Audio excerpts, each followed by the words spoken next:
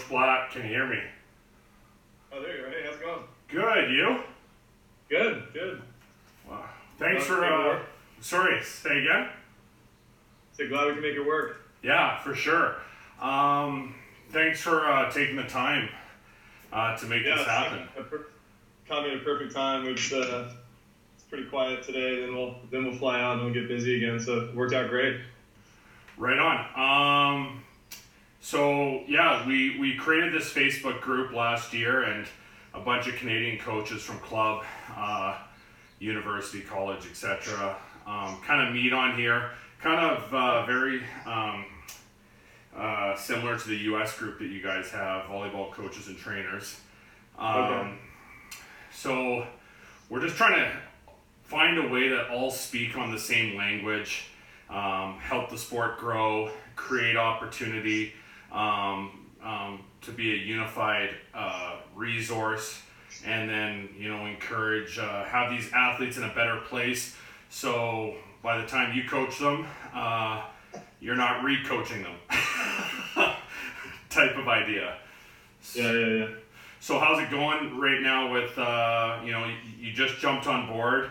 You guys just beat Czech Republic and won, got a spot on the VNL. So can you tell us a little bit more about that?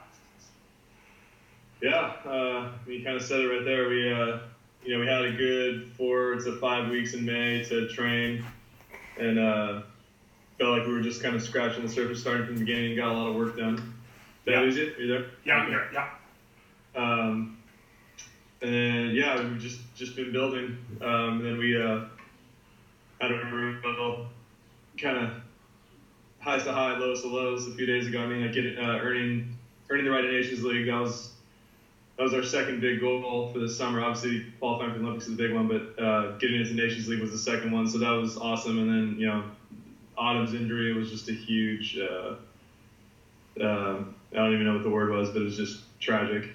So she's getting her MRI right now, so she's back in Canada. So we're hoping for it's not going to be good news, but we're hoping for the best possible news in terms of the recovery and all that. So right. It's just I think the whole team, we're just in this kind of big emotional cauldron right now with really proud and really concerned with Autumn, and then we'll fly out tomorrow, have to refocus and get up the Pan Am Cup.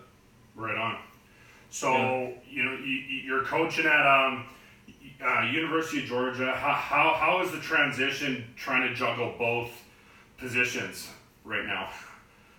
I mean, it's demanding for sure, but it mainly works just because of the people that I'm working with. I have a phenomenal staff at Georgia, and I've got a phenomenal staff in Canada. So it's if I was trying to micromanage both, it wouldn't work at all. But you have to be able to delegate, and you have to trust the people that you delegate to. And I'm surrounded by incredibly capable people. I mean, our staff here in Canada, they're excellent coaches, and our strength conditioning, our sports psych, our training and nutrition, our sports science. I mean, they're world class. They're not getting paid world class money, but they're world class professionals for sure. That's true.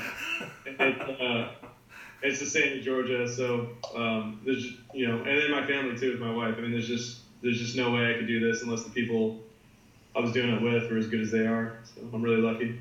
So does your family travel with you once in a while, or how that must be hard? That was really hard. We got a 6 and a 3-year-old kid, so they loved it. The kids they went to Montreal, to Southern California, but my wife trying to manage that, it's such a huge load. Anyone who's married with kids gets that. Yeah. But we're hoping. There were so many logistical things with the first year travel that we're hoping next year's a lot easier. We got the passport squared away, and we got all that stuff. So I'm hoping next year goes a lot smoother, and we're able to get a lot more time together when we're going back and forth. So minus the family side, what's been the most difficult transition, coming into this, national team program? Yeah, there's been a lot of challenges. Well, I think I'm used to being busy, but the time demands are really extreme. So I've had to manage that well. I'm still working on it, but I've had to upgrade my communication skills just because I think with the national team, it's a lot more focused on volleyball than like a college program where you have to do all this different stuff, but there's more moving parts and those parts don't necessarily touch each other during the day, but they really affect each other. So if I don't figure out a good way for everybody to communicate, like things can get log jammed fast, and we found that out a couple days in May stuff. So I've really had to upgrade my communication, and then I think we're obviously making progress now, but I don't know if we were. I don't know if as a program we were connected enough to what our purpose is. I think that was something we took. There was a big struggle for a while. There's a little bit of I'm trying to say this correctly, but I don't think anyone was consciously in the space. But I think with the players and the staff, we kind of butted heads. There was a little bit of making the national team is good enough, and and getting the work done. But hey, like we can be one of the world's elite. Maybe not tomorrow, but we can get there. We need to work in a way that's going to get us there. I think that's been like the hardest push, and the girls made a lot of progress there. Obviously, we wouldn't have been able to do that. But I think shifting expectations, like what's possible, and working in a way that reflects that, if that makes sense. Yeah. Versus like punching the clock. I think changing that mentality. That's where I felt I was putting most of my energy in. So creating a culture and a new culture that they can all kind of believe in and have a unified front moving forward type of thing. Because I know from the the past years prior, with the coach prior to you, is there seemed to be a lot of disconnection between the team itself and everyone else. So you're a positive change, and we're all stoked that you're here. So thanks. I'm honored to be here. It's I was just thinking it was kind of crazy before the finals 2 nights ago. I was kind of looking around my staff while the players were warming up, and I was looking at the players, and I was like, I just love these people. I mean, I'm so lucky to be around these people. It's so I'm representing a country is no small deal. So I'm super beyond honored to have the opportunity. So what made you apply for it? Was it just something that you've always wanted to do, or was it something that? Oh, no, I didn't apply for it.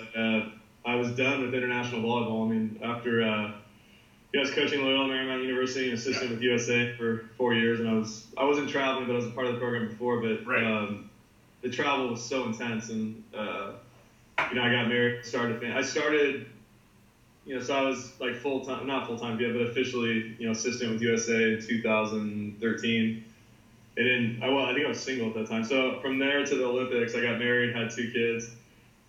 So life changed a lot, and the travel demands are so intense that it was that I was done with international volleyball. Not because I didn't like it, but I was just had to make some choices. So the opportunity at University of Georgia came in, and that took full-time focus. So we moved, and it was just all about the family in Georgia. Yeah. So this was not on my radar, and then I was recruiting, and I got an email from Kerry McDonald, the director of sports science. Yeah. And and I just got this visceral response, and I just got so excited, and it was just weird. It went from not being on my mind at all to being crazy excited about it, and then from there to actually getting offered the job, it was probably like a 3.5 month process, and there was a ton of research and planning in there. And the more I did, the more invested I got. I started getting a vision for it. Started getting locked in. So I got really excited. By the time I got hired, I was just completely invested. But it was the last thing I was expecting to do. Right on. So how and then your assistant coaching staff, is that something that you get to choose, or is that something that they recommend certain people and stuff, and then you kind of move on forward with creating that backbone to the team? It's a little bit of both, but the great majority of the staff I hired, and 100% of the staff I'm excited about. They're all phenomenal people who are great at what they do and want to get better, want to learn. Something that I got to be really mindful that I'm modeling, so it was a combination of both. We got really lucky. It's a great coaching staff. Yeah, Benjo's awesome. I've known Benjo for quite a while. He's a legend in Canadian volleyball on the men's program. So it's interesting seeing him working with the women's side now. Yeah, I had no doubts. Great coaching is great coaching, and the laws of learning are not gender specific. So right. I had no doubts about that. And Jeff Baxter is phenomenal. He's the head coach at the University of Portland also. Yeah. We have Shannon Windsor as our B team coach, which is a huge addition for the program. There's been no sustainable B team, so usually it's been like once you're a college age kid, you kind of go in this black hole, and so now so now we have this sustainable training plan for that. That's such a critical time period. So Shannon Windsor was the former head coach of the Australian national team, so she's doing that. And we have two great consultant coaches. We got Ryan Hofer from Trinity Western. Yeah.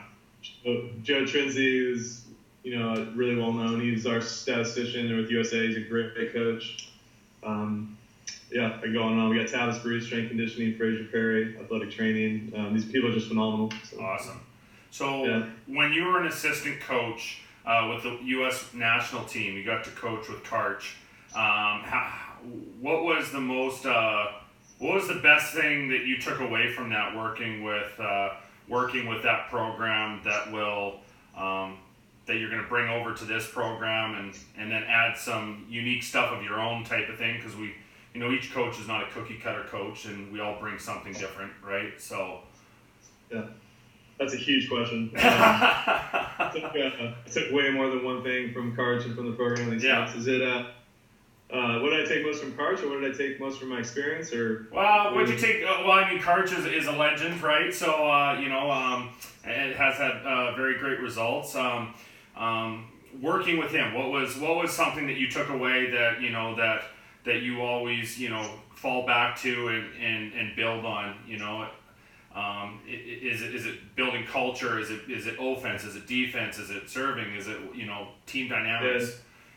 Yeah. I think the number one bar was just his discipline and making the environment safe, for the athletes. He really, I thought that was priority number one for him every day. And I thought he was really disciplined about it, really diligent about it, and like constantly reaching out to athletes and trying to get to know them, and again, just making it safe, making it an environment that valued them, and I thought that was something that I saw him do a lot. Right. And I think the players really appreciated it. Yeah. Okay. So now coming into a new program, like any high level coach, you have kind of, did you get you have players that have maybe been on the team for 3 or 4 years or more. How do you create a culture where they feel accepted and they're kind of feeling you out and you're feeling them out type of thing, and they're unsure and you're unsure type of thing? How do you move forward jumping into an environment that already has quite a number of players that have been a part of it for quite for a load of years? Yeah, that's a big question too, but it kind of ties into what I thought the biggest challenge was. I think the first part you're asking me is like, how do you coach these players that have had a ton of experience and some success, and they're full-fledged adults, so they're gonna have some ingrained habits. Like, how do you do that? And I think it's a little case by case, and I think I think for me as a coach, I don't know how well I'm doing it, but I think I'm trying to balance what I know is a truth, like what's a principle, and how much time we have with this athlete, and how much is this change going to help her versus that change, right? And then try to get buy-in, and then also make sure they have enough time to be able to do it. So I think I'm balancing all of that. Yeah. But the second part, so it's a little case by case, but I think with the second part of your question is a little bigger, and that's I think that was a little bit ingrained too. Like I said, I could be wrong. I just perceived low expectations for the program. That just kind of this is kind of the level we perform, and it sure would be nice to do more, but this is just kind of where we're at, and we had some battles about that. It wasn't. It's not like people disagreed that we could do more, but there's a level of work it demands, and that's not talent. That's just a decision and creating the habits, and I think we made a ton of progress in that. But that was, I don't know if that's exactly what you're asking about. That was one of the biggest challenges as a group. I just think there was I don't even know if people were that aware of it, but just for me coming in, I could just it just is low expectations. That's how I perceived it, and I don't think that's who these. I know that's not who these women are individually, but collectively it was just kind of, I don't know. And I think everyone, we've all been able to upgrade how we work and how much work we put in, and we're not done yet, but I think it's gotten a lot better. Totally. quite impressive with the results they've had in the short period of time that you've been here. And as you move north across the border to work with the women's national team, is there something different that that you'd like to see in Canada, based on, it could be a skill or a technique, or how we play. Each country kind of has their own niche. So is there something that the U.S. does a lot different that you'd like to see in Canada, that we as club coaches and university and college coaches can start working on with athletes, so they're better prepared to potentially make a national team in the future? You have some great questions. You have some huge questions too. So I don't think it's. I guess you could say change, but I think there's a lot of positives going on in Canada, and I just think there's opportunities to sharpen and upgrade it. It's not like I see this huge, massive problem, and it's not that. I think the biggest advantage by far that the U.S. has over Canada is the population base. Yeah, the amount of people playing volleyball, and plus a college system that has 50,000 times more resources than the U Sports, in Canada. So it's like you have this huge population base, and then you have this really well-funded college program, and those are two things that are drastically missing in Canada, right? Canada, volleyball is really growing, but it's a much smaller population that's playing, and it's a much less resource-funded program at the college age. So because of that, if you get a lot of people playing in a well-resourced environment, that has lots of attention and lots of rewards, it's going to get really, really competitive. Right. It's gonna get really competitive, and people are gonna be pushing, and there's gonna be, and that's, so by the time you get to the national team, the USA team literally has 60 players literally that could play for a lot of different countries, and right. start countries. So by the time you get to the national team, there's this huge advantage, opportunity, whatever, to develop this elite team, and so there's not much Canada can do about that at the moment. But what Canada can do, and what I am seeing, is I see a lot of coaches hungry to learn, and I see in general, I see a lot less ego in Canada. I see a lot, and I'm painting with a broad brush because lots of great. But just my overall context, my interactions when I was with the national team, my interactions here, I just see a lot of people really hungry to learn, and just not a lot of agendas, and which is exciting to me. And so I think the big opportunity, because Canada is smaller, it might be easier to get some principles streamlined across the board, because it is easier to connect, it's easier to communicate, just because the population is a little bit smaller. So I just think in general, it adherence to the motor learning principles, the game teaching the game, doing things in a highly game-like environment in practice, teaching according to the laws of learning, just getting those principles in place is going to be a huge advantage for developing our kids as fast as possible. Just from an X's and O's from volleyball, the ability to serve and pass, I think that's something at the youth ages we could put a little bit bigger priority, in Canada.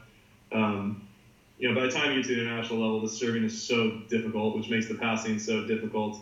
I'd love to see tougher serving and passing, at the youth and the youth sports level. That would translate a lot. But I think at the same time, I think there's a lot of great coaches doing good stuff, and I've really enjoyed meeting everyone. It's been a really fun process. I've learned a lot from them too. So I don't know if that answers all your questions. Yeah, no. Now, as a coach, 50 years down the road, when this is all over, how do you want to be remembered from your players and the teams that you worked with? Well, I want the organization that I'm involved with to feel like I made an impact, that I left it way better than we found it, and I want the people involved to feel like they're better people for the process, and that's it. You want to do really well, and you want to do really well in a way that makes people's lives better, and that's the whole deal. So that's what I'm looking for. That's what I'm trying to accomplish. Okay. So moving forward with your guys' schedule, you're down in Peru right now. Tell everyone that's watching what's next for the national women's team in the next 6 months to a year. Yeah, so we obviously just finished the Nations League tournament, so we were able to qualify. We're still here. So the last 3 days we've been here in Lima because our next tournament is in Trujillo, Peru. So it's just a 1-hour flight from where we are. We'll take that flight tomorrow. And we'll play in Pan Am Cup, which is an annual tournament, for North, South, and Latin America. And that really, this is a critical tournament for us to prepare for the Olympic qualifier in Russia, which is 2 weeks after Pan Am Cup. So it's a Pan Am Cup in a couple days, and then we're going to use that to develop and get our roster set and make some selections, and obviously to try to compete at a high level. And then we're going to go home to Canada for a week to train, and then we're going to go to Russia, and we'll play for that Olympic qualifier. And our pool is Russia, Korea, us, and Mexico. And the winner qualifies for the Olympics, and if you don't win, you got to go through your zone. And that tournament will be in January. That's our if we don't qualify in Russia, then we have to try to qualify through our zone, which is the Orseka. Yeah. And then there's a couple tournaments within September and October. But the Pan Am Cup, the Olympic qualifier, and if we don't make that, the January event, those are the main targets for us. And there'll be Pan Am Games, which is obviously a huge tournament too, and then we'll be sending a B team, A team mix to that tournament, and that's August 11th. So there's a ton going on. It's a lot of stuff to follow. Fair enough. So for any athlete that is watching that's in a club program right now, it doesn't matter what age, what would be your words of encouragement for an athlete that is wanting to possibly play on the national team in years to come? What would you say to them? Play more, work harder than you think you can. I think anyone that gets this level and does really well has extraordinary work habits. So they work at a level where most people think is unrealistic, and they found a way to do that because they're disciplined and they're organized and they're motivated, and they just have a deep passion for the game. They want to play volleyball all the time. They can't learn enough, and I think it's just like any other field, but I think, just looking at the average ball, not even from Canada, from anywhere, from the U.S. at all, I think they can play more, not drill more, but play more. Yeah. And I think they can study the game more. I think you should be studying players that are better than you. You should be getting on YouTube and watching VNL and watching the Olympics, and just asking lots of questions. Try to learn from people who are better than you. But I think there's, when you look at the best players, and if you could follow their day, it really makes sense how they got to where they got. It's not this magical thing. It's they get up at a really consistent time, and they always work out. They don't miss that, and they always practice hard. They don't take any reps off, right? And they always do 10 minutes of video, and they eat well, and they're working on themselves the first instant. And I think so. It's not rocket science, but the discipline of it. So if you follow that athlete, they do it again and again and again. Where most of us will do it once and we'll take 3 days off, do it again. And so I think just developing those habits, it's just a matter of doing that stuff. There's no magic to it, but play a lot, learn a lot, have some consistency with your work habits. And you can't help but get good if you do that. Now, I was at the Richmond Oval for Nationals about a month ago, and the women's national team were there. I thought that was awesome. I thought it was really great that they were there, taking pictures with the U14s and stuff like that. It created a connection that we haven't really seen in Canada with the national program and the youth program. So kudos to you guys for doing that. I know that your guys' program is extremely underfunded. How can a club, a school team, anyone who wants to support the women's national team, how can we support you guys moving forward? Well, thanks for asking, and even more, but thanks for the help you've already given us. It means the world to us. And no problem. Thanks also for saying about the nationals. It's really, we hope it's a win-win. I mean, we genuinely want to be connected to the volleyball community in Canada. I mean, what's the point of us doing well if no one supports it, or if it doesn't mean anything to the country, right? I mean, it means a lot to us, and we want we want the nation to be proud of us, so we want that connection. And, and then hopefully the youth players, they want that connection too, because these are players they're going to emulate and look up to. So it's a genuine win-win. I mean, I think everybody wants that connection. There's no one that it's bad for to have that connection, right? I think if anything, I think it's critical to everybody too. So, yeah. I think that the easy way is we're really trying to pass that Give 5 initiative, where club players contribute $5 to the national team.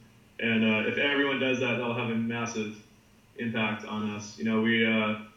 We have great people in the national team, but we have gaping holes in the process. We have no athletic training room. We have a curtain. The reason that we have one phenomenal trainer, but we have one for 30 athletes. We have no analytics. We have just but the health and the athletes have to pay a lot of money to do this. We got to get that done.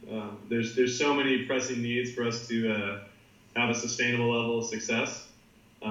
And that Give 5 initiative would have a massive impact, if people would give their arms around it. Now, on the flip side, I think it's really fair if you're a club coach or player, say, like, why am I donating this? And that's something we've really tried this year to show we want to be a part of the entire volleyball community. We want to be helpful. And that's why we were there at Nationals. And that's why whenever we're available, we're going to speak to people and try to help. That's why we've opened the doors to our training gyms so people can come in. Even our tryouts to select the initial team, we let the FISU coaches use that as their tryout also. So we're trying everywhere and anywhere we can to show that this is good for everyone, and we're going to be inclusive, and this is a good resource for everyone. So hopefully, a bunch of us went to Ottawa during the Nations League with Men, did clinics there. So hopefully we've been able to touch a fair amount of people, and they can see that we are really trying to give back. And I hope, and it's a good deal for both, but we're trying to make that investment and trying to show that. And if people can do that Give 5 campaign, we can have a really good synergy of going back and forth. And again, one thing we're really trying to show this year is the better the national team gets, the better quality support we can give down, and hopefully everybody feels like it's building, so yeah. I hope people that we've touched feel that way so far, and I know we can do a lot more, but we really need each other. Yeah, we need the development leagues to support us. The development leagues need us to support them. Right. And if we do that, volleyball in Canada can just go to an incredible place. Yeah, I agree. Well, we are proud supporters. We're excited about what's happening, with you guys, and I really appreciate you taking the time today down in Peru to have this conversation. So, wish all the women best of luck moving forward, and we'll be cheering you on from Canada. Sounds good. Appreciate it. Thanks for taking this. Thanks, Coach Black. See you later. Take care. Bye-bye.